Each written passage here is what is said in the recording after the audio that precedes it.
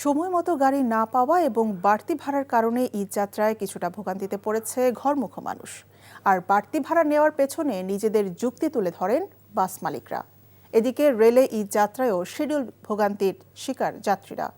দুর্ভোগের পরও প্রিয়জনের সাথে ঈদ আনন্দ উপভোগ করতে পারাটাই পরম তৃপ্তির। রিপোর্ট হাসান জাবেদের। গাবতলী এবং কল্যাণপুর বাস স্ট্যান্ড থেকে উত্তরাঞ্চলের মানুষজন যাতায়াত করেন। ঈদ মৌসুমে সেখানে ঘরমুখো মানুষের বাড়তি চাপ পড়ে। সেই বাড়তি চাপ সামাল দিতে কিছুটা বেগ পেতে হয়। অনেক পরিবহন মালিক এটাকে সুযোগ হিসেবেও কাজে লাগান। বাড়তি ভাড়া আদায় করেন অসহায় এসব যাত্রীদের কাছ থেকে। আগে নিচে 350, এখন নিচে 600 টাকা। তাহলে এরকম করে বেশি নিয়েছে জনগণের থেকে কি জন্য? এসিতে যাইতাম আগে জোর গেলে 800 থেকে 900 টাকা, সেই টিকিট এখন ওনারা 1500 থেকে 1600 টাকা চাচ্ছে।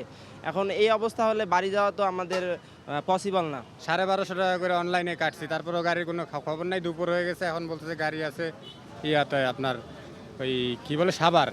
একে তো বাড়তি ভাড়া, তার উপর সময় মতো বাস না পাওয়ায় ঘন্টার পর ঘন্টা অপেক্ষায় থেকে ভোগান্তিতে পড়েন যাত্রীরা। গাড়িগুলো এখনো পৌঁছে নেই ঢাকাতে, আমরা ওয়েট করতেছি সকাল 10টা থেকে। বাচ্চা কাচ্চা নিয়ে কখন থেকে বসে আছি, এখনো গাড়ি ছাড়ছে না। 10 মিনিট, 20 মিনিট, আধা ঘন্টা, 2 ঘন্টা হয়ে গেল, এখনো খবর না, কেউ কিছু জানায়ও না, ওই কাউন্টারে লোক নাই।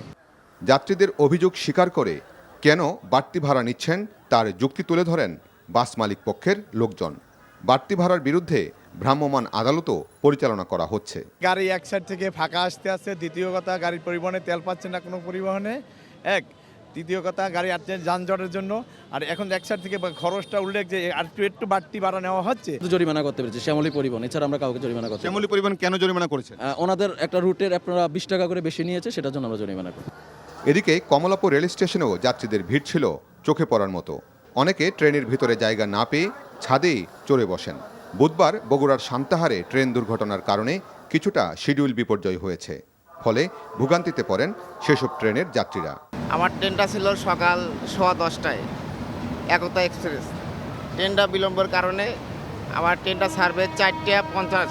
আমার খুব ভালো লাগছে, আমি আমার দাদার বাড়িতে ঈদ করতে যাচ্ছি। জীবনের ঝুঁকি থাকা এবং ভোগান্তির পরও ঈদ আনন্দ উপভোগ করতে প্রিয়জনের কাছে যেতে পারছেন, সেটাই যেন তাদের কাছে পরম স্বস্তির। Hasan Jabed, NTV news, Dhaka.